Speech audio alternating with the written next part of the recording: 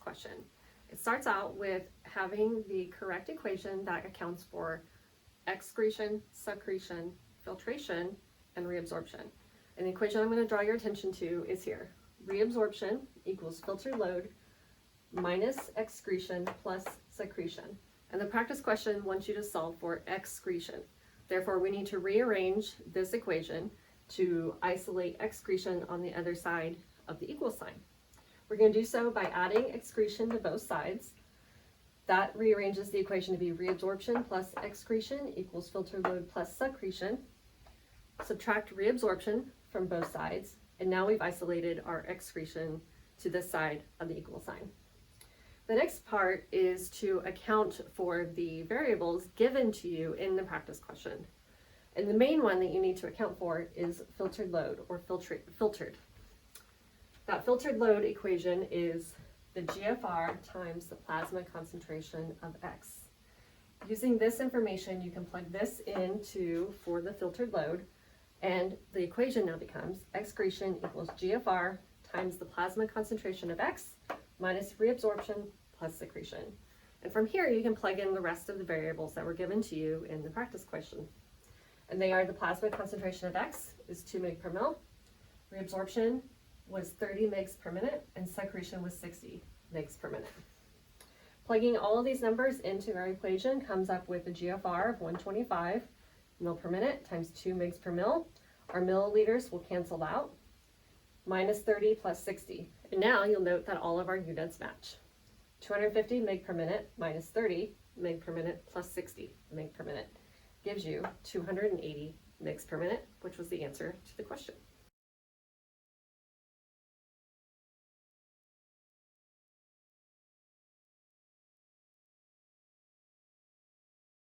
This practice question is essentially asking about what are the physical factors that can contribute to GFR increasing or decreasing. And the correct answer is an increase in glomerular capillary filtration coefficient. And this goes back to assessing your knowledge of the fact that GFR equals K sub F times PUF. And the K sub F is that ultrafiltration coefficient.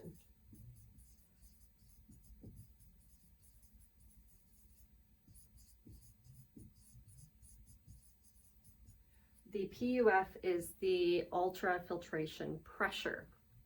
So if you increase this variable, the KF, then increasing this variable would in fact increase GFR, just mathematically.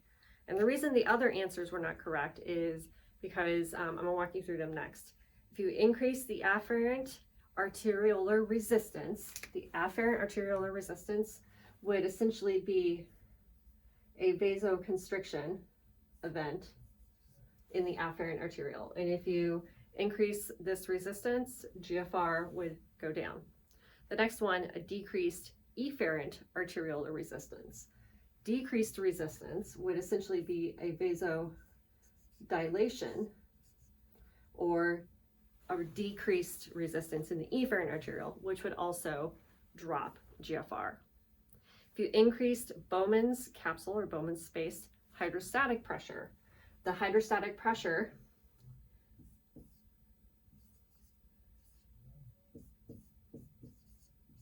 essentially regulates how much pressure will want to either be pulled into the hydrostatic or into the Bowman's capsule or resist that filtration. And don't confuse the hydrostatic pressure, the Starling force of the glomerular capillary with Bowman's capsule. So if you increased hydrostatic pressure within Bowman's capsule, that would actually resist GFR. So GFR again would go down. And then finally, decreased glomerular capillary hydrostatic pressure. So now we're going to talk about this one. If you decrease the glomerular capillary hydrostatic pressure within the glomerular capillary, that would again decrease GFR.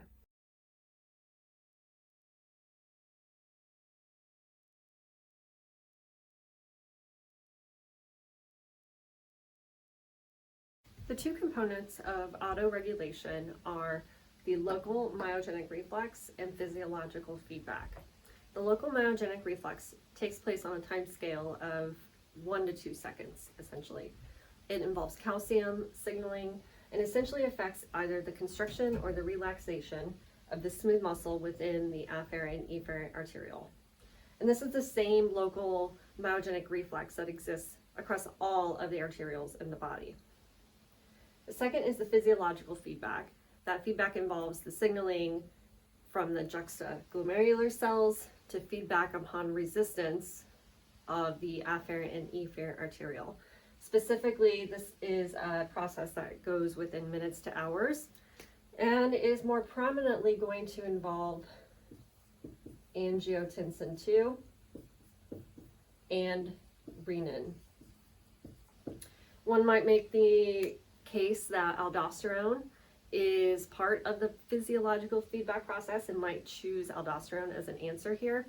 But the reason why aldosterone is not the best answer is because aldosterone is not directly involved in this feedback signaling. That is a long-term, hours to days outcome secondarily to the JG cells signaling reflex. So in this case, no action of extra-renal factors, of which aldosterone is definitely extra-renal.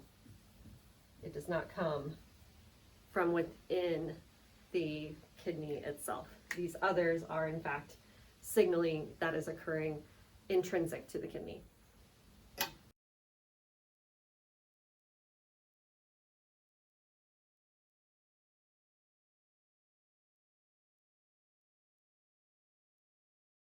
This one is asking about what would promote increased reabsorption of water, and we're specifically going to talk about the proximal tubule and the peritubular capillary. So the correct answer is an increase in oncotic pressure within the peritubular capillary. Let's talk about this for a second. The peritubular capillary runs adjacent to the proximal tubule. Oncotic pressure is the force exerted by the presence of protein. And we know that the force exerted by the presence of protein wants to attract water to it. So it kind of has a pulling effect on water. So if you have increased oncotic pressure within the peritubular capillary, that is going to want to pull water from the proximal tubule to the peritubular capillary, essentially reabsorbing water. So that's why that is the correct answer. And I would challenge you to take an additional step and ask what changes in glomerular filtration might account for an increase in peritubular capillary oncotic pressure. So the opposite reaction, the decrease on oncotic pressure in the peritubular capillary, is incorrect because that would not promote water reabsorption. That would promote water retention within the proximal tubule. Increased hydrostatic pressure within the peritubular capillary would essentially be the Starling force exerted by the presence of water. So increased hydrostatic pressure within the peritubular capillary would mean that the peritubular capillary is already very full of water, and that would actually resist additional water wanting to diffuse into it. So that's why A was the wrong answer. And then finally, a decrease in peritubular capillary permeability. This speaks to essentially the permeability factor of the endothelial cells lining the peritubular capillary and the porosity of that. If we lose our permeability, then water is not going to be able to permeate or diffuse into that capillary.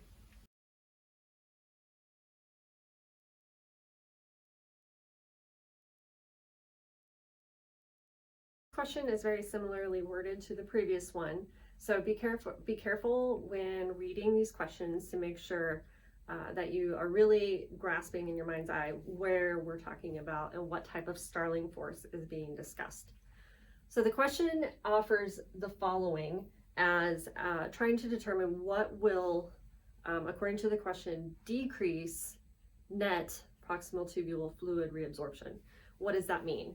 Well, that means that the goal of the question is what will decrease water reabsorption moving out of the proximal tubule and into the peritubular capillary. So this is our goal. And which of the following conditions would decrease that? Well, the correct answer was a hydrostatic pressure in the peritubular capillary. The Starling force of hydrostatic pressure within the peritubular capillary increasing would mean that this capillary is already fluid full of water, and having additional presence exerted by the force of already having a full compartment of water would actually resist more water coming into it. So that's why A was the correct answer. But let's look through the others. Increased pressure, hydrostatic pressure within the glomerular capillary. So that is up here. Hydrostatic pressure within the glomerular capillary would promote an increase in GFR and promote more fluid filtering into the proximal tubule. And according to the principle of glomerular tubular balance, if you have more fluid entering the proximal tubule, more fluid will subsequently leave the proximal tubule and be reabsorbed. And that is not what our goal is. So that's why B was the wrong answer. The next option was oncotic pressure within the medullary interstitium. So that's going to be way down here, closer to the bottom of the loop of Henle. The medullary interstitium at the bottom of the loop of Henle is essentially the area within the space between the blood vessels and the nephron. And if we have additional protein in this would promote fluid being reabsorbed, particularly from the thin descending limb and not from the thick ascending limb. So this is the wrong answer because it's the wrong area in the kidney we're talking about. We're wanting to know about the proximal tubule. The medullary interstitium is too far down to affect the proximal tubule, and if anything, it would just additionally promote more fluid leaving the nephron, and that's not what our goal is. The final choice, or the next choice, was oncotic pressure within the peritubular capillary. So that is over here again. Oncotic pressure is the force exerted by proteins, and this would actually promote fluid being reabsorbed. That protein would attract more fluid. And finally, filtration fraction. Filtration fraction is going to be more aligned with the option up here with an increase in GFR. So if you were to increase filtration fraction, that would just increase GFR, and that would promote more water being reabsorbed. So the only option that leads to less water being reabsorbed is an increase in peritubular capillary hydrostatic pressure.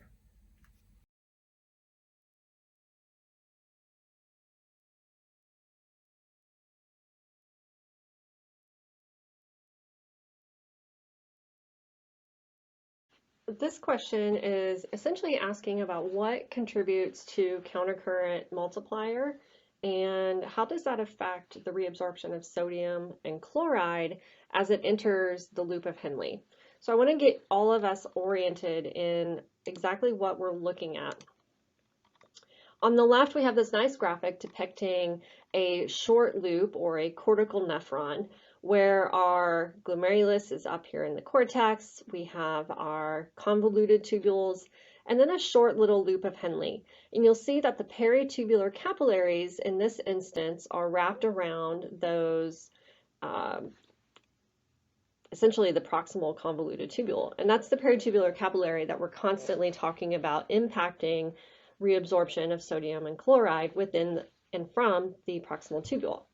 Contrast this nephron with a long looped or a medullary nephron, and you'll see that again the nephron starts up here in the cortex, but it has this long plunging loop of Henle down into the medullary interstitium, and running alongside it are additional capillaries that are coming off of the efferent arteriole, but essentially turn into the vasa recta, and is this capillary system, the vasa recta, that is responsible for helping us create a concentrated or a dilute urine. And so the question is asking which structures play a critical role in affecting the sodium and chloride reabsorption and essentially the impact that will have subsequently on concentrations of urine. And the answer is the vasa recta itself. And the other options would be the peritubular capillaries, which would not impact or play a critical role in sodium chloride reabsorption from the loop of Henle. Extraglomerular mesangial cells, which are involved in affecting efferent arteriolar tone, would not be involved in sodium chloride reabsorption from the loop of Henle. Microvilli on the apical surface of tubular epithelial cells. That could, in theory, particularly impact our epithelial cells that have those big, thick brush borders on the apical membrane, but that's going to be more like the proximal tubule and not the loop of Henle. And then finally, the macula densa, which is going to be found at the junction of the ascending most portion of the thick ascending limb and the distal convoluted tubule. Again, not going to impact or play a critical role in the sodium chloride reabsorption entering the loop of Henle. The best answer in this case is the vasa recta.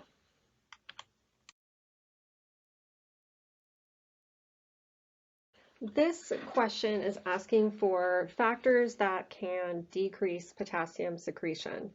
And I specifically want to draw your attention to this slide as an example. The correct answer was that a diuretic that inhibits the action of aldosterone. Aldosterone increases the expression of sodium potassium ATPase and the epithelial sodium channel, or ENaC, particularly within the principal cells of the collecting tubule. So if you inhibit this process, that means less sodium will be reabsorbed into the cell and then therefore back into the blood. This has an impact on potassium secretion because secretion of potassium moving from the blood into the urine moves in kind of an opposite direction as sodium. So every time you reabsorb a sodium, you're going to lose a potassium. And that occurs because of this driving effect of sodium potassium ATPase in the apical membrane insertion and expression of ENaC. So the answer is if you inhibit this ENaC channel through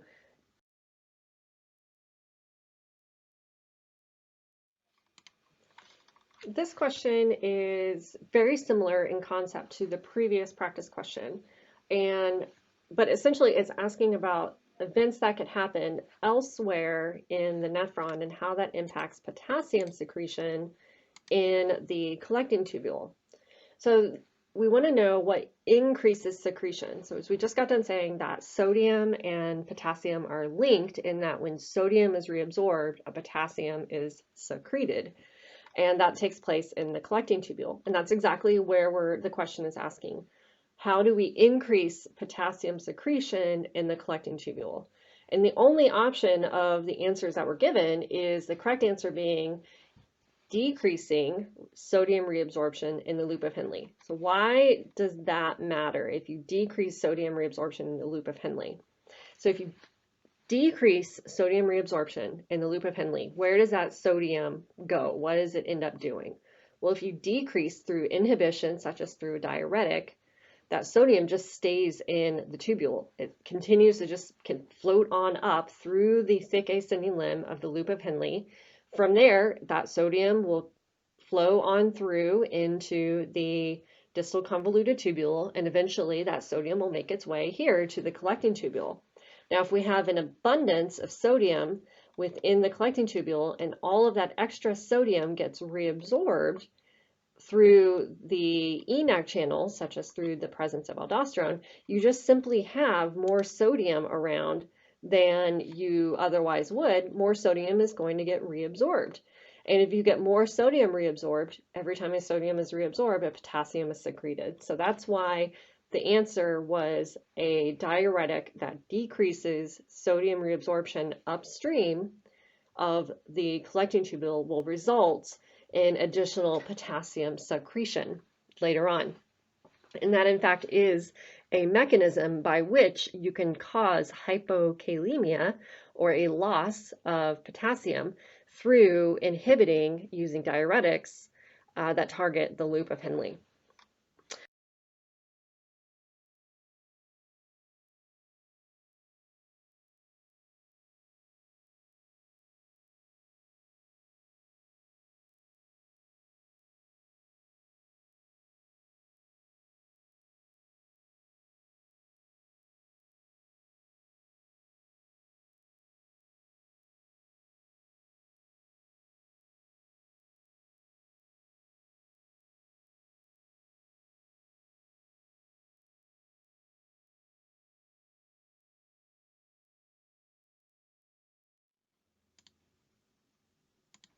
So if you inhibit the sodium chloride channel through a diuretic, then that means that sodium is not going to be reabsorbed. So as a result, sodium builds up and stays behind in the distal convoluted tubule.